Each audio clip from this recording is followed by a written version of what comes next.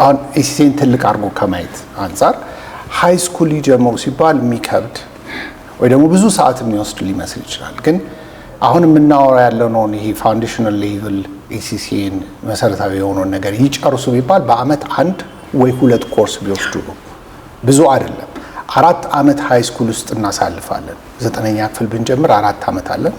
ከ10ኛ ክፍል ጀምሮ ብናስበው 3 አመት አለን።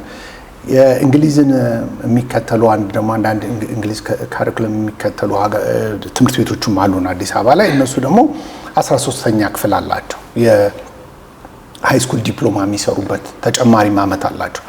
እነዚህን አመታት በሙሉ ደምረን ስናየው በሴሚስተር አንድ ወይ ደግሞ በአመት አንድ ጎን ለጎን ኢቭን እንትኑ ኢምቤድ ባይደረግ ካሪኩለም ኢምቤድ ባይደረግ ጎን ለጎን እነዚህን ኮርሶች አንድ ቢወስዱ በክረምት ብሬካቸው ሊሆን ይችላል፣ ቅዳሜ እያጠኑ ሊሆን ይችላል። የሚያስጠናቸው አካል አስተማሪና ክላስ ተዘጋጅቶላቸው በተለይ በየትምህርት ቤቱ መማር ቢችሉ እንደ ሌሎች ሀገሮች ብዙ ውጤት ማግኘት እንችላለን።